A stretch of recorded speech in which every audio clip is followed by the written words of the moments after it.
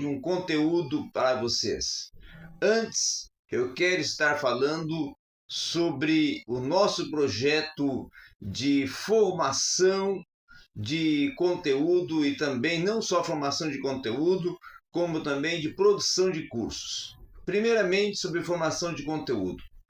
O nosso projeto de formação de conteúdo é a oportunidade de você estar conhecendo o nosso trabalho e também estar entrando em contato conosco, tendo esta vontade, interesse de aprender, de conhecer, de se aprofundar, para fazer um curso em determinadas áreas que estamos provendo ou ter a nossa participação com mentoria, apoiando você no seu processo acadêmico com a própria construção do seu trabalho de conclusão de curso, da sua monografia, da sua tese, também orientações bibliográficas, orientações dentro de vários assuntos que concernem as ciências humanas e podendo também te dar todo esse know-how de apoio na sua atividade acadêmica, na sua atuação acadêmica. Portanto, entre em contato conosco querendo esta ajuda e este apoio no número do WhatsApp que está aí na tela. Segundo, é sobre os nossos cursos. O primeiro curso que vou te falar, ele é em um âmbito geral, está inserido no projeto do CTDuber, Centro Teológico Duber, que tem por objetivo ou proposta acadêmica prover cursos teológicos na modalidade IAD e online. São cursos livres, eu quero colocar bem isso, e são cursos que têm uma grade expressiva dentro das propostas de cursos que são oferecidos, que são o curso básico, o médio e o avançado. Cada um desses, tanto básico como médio como avançado, com a grade compondo todas as disciplinas que o contempla ao curso e com um conteúdo muito bem elaborado e desenvolvido e pesquisado. Também temos, além disto, as aulas que são por videoconferência, tendo assim a oportunidade da sua participação e interação, e com isso uma aula construída com muito maior desenvolvimento didático-pedagógico. Para também fazer parte desse projeto e cursar e ter uma ampliação teológica ainda muito maior, entre em contato conosco com este número que está aí na tela.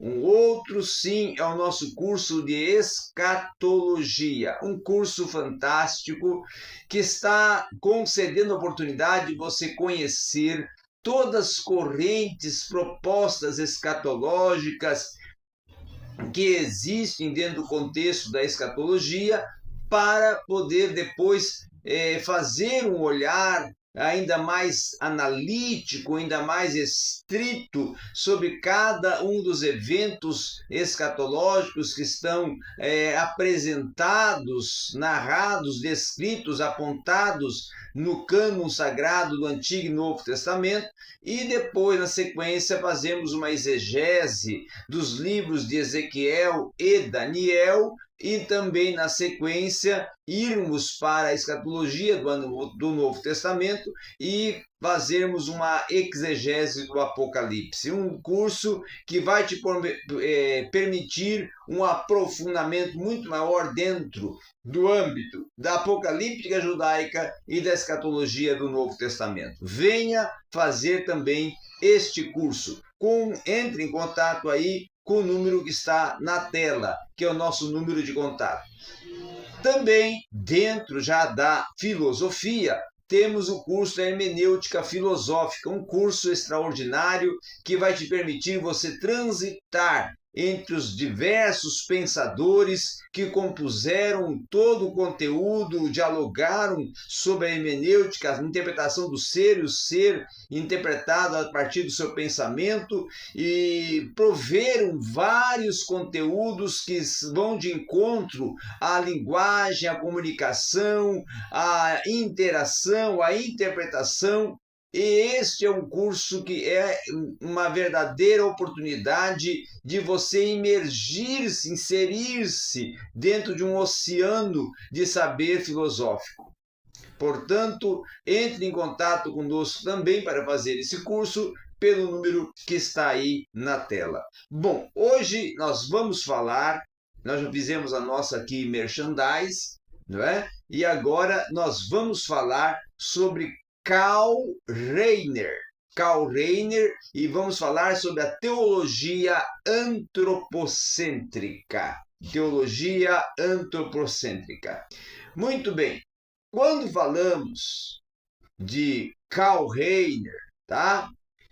Nós vamos falar sobre um teólogo que marcou um tempo e tem uma determinada e definida teologia, tá?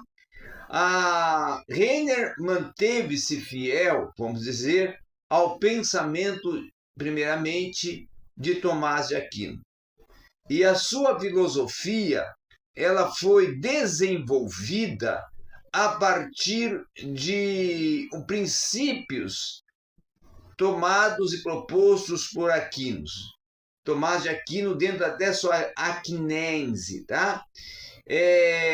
Entretanto, nós temos que considerar que, muito embora partindo ele de princípios considerados tomistas, Karl Rahner deu origem a um sistema filosófico original que vai se distinguir, inclusive, do tomismo tradicional, que se baseava, inclusive, numa visão cosmocêntrica, né? E ele vai fazer a sua visão radicalmente antropocêntrica própria da defesa do homem moderno. Então, com isso, consequentemente, ele também vai desenvolver uma teologia denominada teologia rahneriana, certo?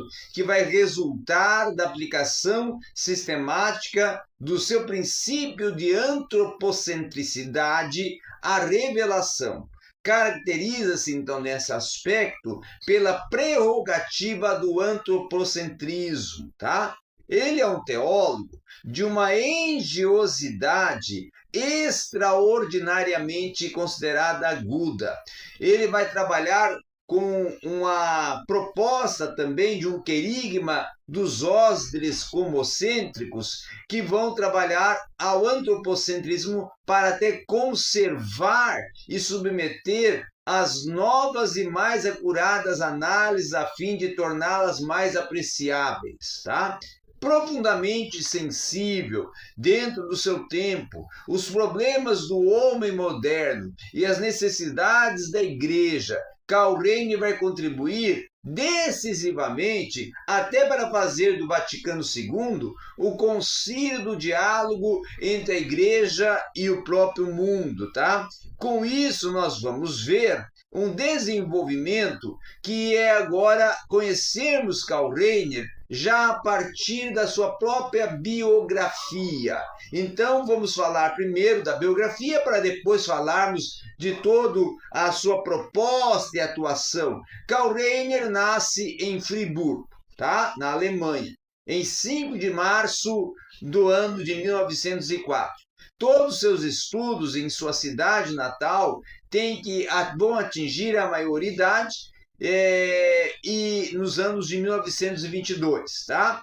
E não há muito a dizer sobre, vamos dizer assim, o período de uma vida em que ele se tornou aluno do ensino médio e a escola iria ser a oportunização da sua construção, tá? Em 20 de abril de 1922, 3 semanas depois de formado, ele vai ingressar no noviciado da província da Alemanha Meridional, da Companhia de Jesus, onde fora até precedido 3 anos antes pelo irmão Hugo, tá? No noviciato, Karl Rahner vai dedicar-se exclusivamente aos problemas da vida espiritual, abordando-os, porém não apenas do ponto de vista prático, mas também no teórico, tá? Desse modo, ele vai começar a adquirir uma particular capacidade em assuntos da denominada espiritualidade. Concluído o primeiro ano de noviciado, em 1924, ele vai emitir os votos religiosos, encerrando assim o seu segundo ano. Ele vai trabalhar com Pollack, o centro filosófico dos jesuítas, nas proximidades de Munique. Ele vai trabalhar realizando estudos filosóficos guiados por professores corajosos e sólidos, e ele também vai desenvolver com grande admiração até por Kant e por outros filósofos de cunho jesuíta, ele vai trabalhar o método transcendental de Kant. Em 1929, entre os anos de 29 e 32, ele vai realizar seus estudos teológicos na Holanda, aos cuidados de estudiosos, vamos dizer assim, e até patrólogos, tá? Como o moralista Frank Hurt, tá? Como também o Karl Prahn e também o Grisard. Ele vai trabalhar depois na Universidade de Friburgo e depois, mais tarde, ele vai iniciar a construção de todo o acervo de conteúdos e de suas teses. A tese Láurea, sob a sua direção, foi dentro do escolasticismo e também, claro, depois ele vai partir para a metafísica tomista, tá? É importante falar da participação de Rahner e implicar diretamente já dentro do que ele vai discutir e propor a partir das suas obras. A sua produção científica ela é muito vasta. Ela, inclusive, vai ser superada por 3 milhares de títulos e continua aumentando um ritmo sempre mais veloz e mais expressivo, tá? Algo que é importante, que ele vai relacionar-se com 2 campos dentro da filosofia e da teologia. As obras teológicas dele são muitas, abarcando todo o domínio da Sagrada Doutrina, da história dos dogmas, da teologia dogmática, da moral, teologia moral, teologia pastoral, da exegese bíblica, como também da própria liturgia, tá? Uma outra questão também interessante e importante tratarmos é que Karl Rahner vai dirigir tratando pessoalmente de numerosos temas e importantes questões relacionadas a algumas, até dentro de capítulos, tá? Em tomos teológicos, enciclopédias teológicas e também até em obras relacionadas de revistas conciliares, tá? Algumas premissas filosóficas dentre a própria filosofia estrutural de Rahner, nós vamos ver que ele vai desenvolver uma filosofia a partir das obras de Tomás de Aquino, então será uma filosofia aquinense, e o problema dele, quem sabe, seja relacionado com algumas questões pertinentes à Idade Média, tá? Dentro de conflitos com a própria proposta de Aquino, e depois ele vai trabalhar com algumas teses que são importantes. Portanto, as teses que ele desenvolve, nós podemos colocar aqui a transcendência do conhecimento do ser em geral, e aí é uma tese já de contexto antropocêntrico. A segunda tese antropocêntrica, o homem é o ente em que amando livremente, encontra-se diante do Deus de toda possível revelação. Terceira tese, o homem é o ente que na sua história deve estar atento a uma eventual revelação histórica. E a terceira tese, o homem é o ente que na sua história deve estar atento a uma eventual histórica revelação de Deus através da palavra humana. Tá? Renner fornece uma meticulosa e profunda também justificação a todas as três teses. A justificação da primeira tese, nós podemos dizer que ele chega à afirmação do que o homem é o espírito, partindo do fato de que ele coloca necessariamente a pergunta metafísica: qual é o sentido do ser? Ou o que é o ser doente, tá? Fato esse de tal necessidade que até seja ao mesmo tempo uma pergunta sobre o ser daquele ente que é necessariamente já aquele que coloca a questão ou a pergunta sobre o homem no aspecto metafísico e antropológico, tá? Uma outra justificação, que é a justificação já da segunda tese antropológica, é com a mesma necessidade com que se coloca a espiritualidade do ser humano.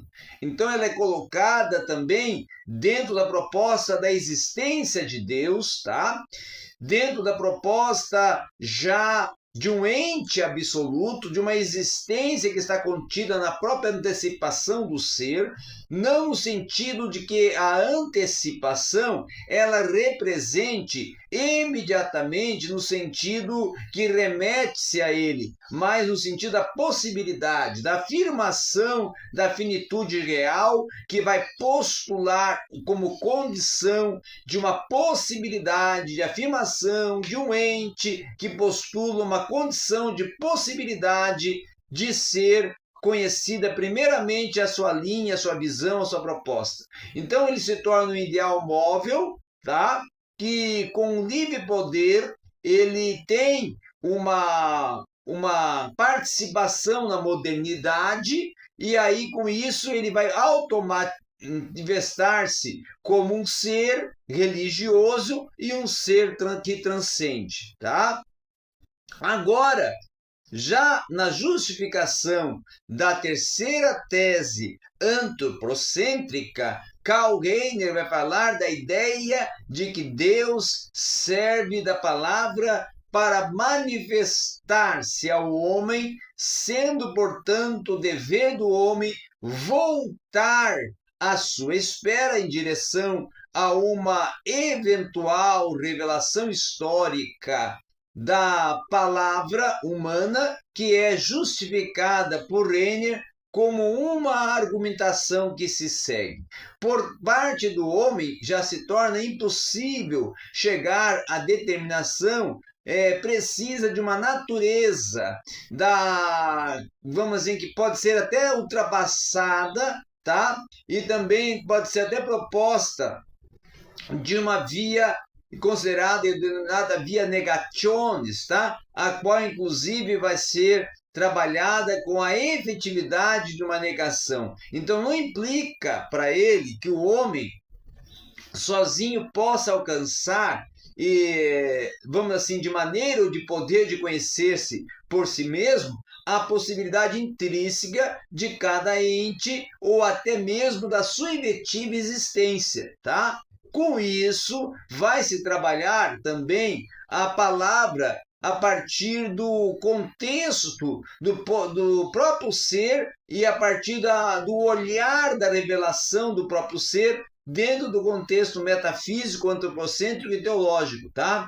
E aí, com isso, Karl Rahner trabalha uma antropologia considerada transcendental, que é até considerado justo ser chamado de uma metafísica transcendental, de uma teologia transcendental e de um antropocentrismo transcendental. A teologia transcendental, a partir da visão antropológica transcendental, Karl Rahner vai entender e vai se interrogar dentro de um propósito de qualquer objeto, vamos dizer assim, dogmático, sobre as condições do seu conhecimento, dentro do que o sujeito, enquanto teólogo, mostra que existe fatos e condições a priori para o próprio conhecimento de tal objeto, tá? E de tais condições que vão implicar a afirmação de alguma coisa desse objeto e até do modo e do método dos limites desse conhecimento distinto, desse conhecimento distinto. Então, as condições transcendentais do seu conhecimento no sujeito, e vamos dizer assim, nem que o conteúdo na sua posteriori e na sua parte experimental não tenha uma importância, para ele vai tendo significado a partir da própria existência e a partir da própria natureza, da própria essência do ser. E aí é que ele vai desenvolver todo um contexto de cunho teológico a partir de uma teologia dogmática de contexto transcendental. Agora, também temos que conhecer a perspectiva antropocêntrica de Karl Rahner.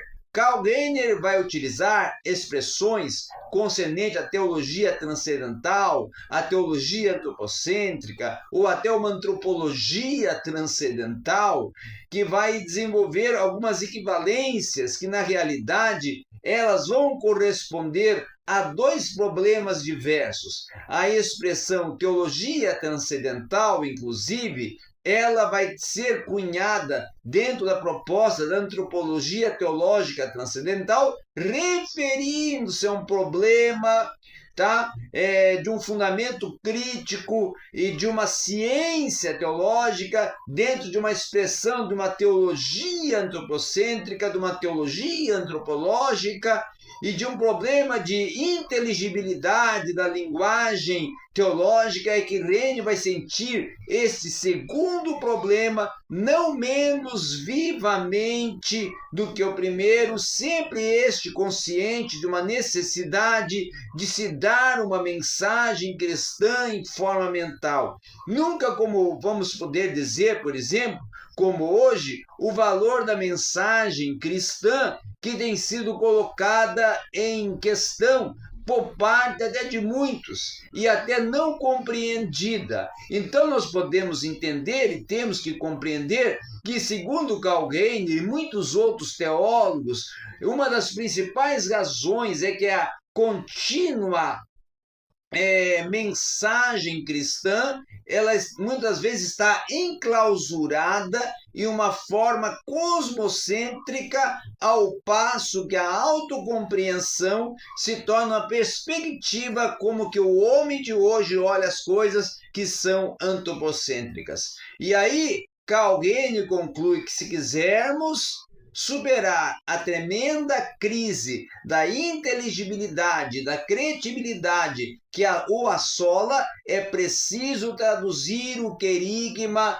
para o esquema mental antropocêntrico. Isto é indispensável em nossos dias, quando o homem moderno pergunta-se sobre ao falar de divinização, de também filiação, de inabitação, ele começa a discutir uma cristologia ôntica, começa a discutir também uma cristologia ontológica e começa a desenvolver um espírito transcendental dentro de questões relacionadas à antropologia transcendental e às várias cognições propostas de uma linguagem antropocêntrica. Então, nós vemos que Karl Rahner nos traz uma visão de mundo ainda muito mais ampla dentro de uma proposta do antropocentrismo e de um olhar além das questões pertinentes ao seu tempo, já tratando com o homem dentro do contexto da modernidade e da pós-modernidade.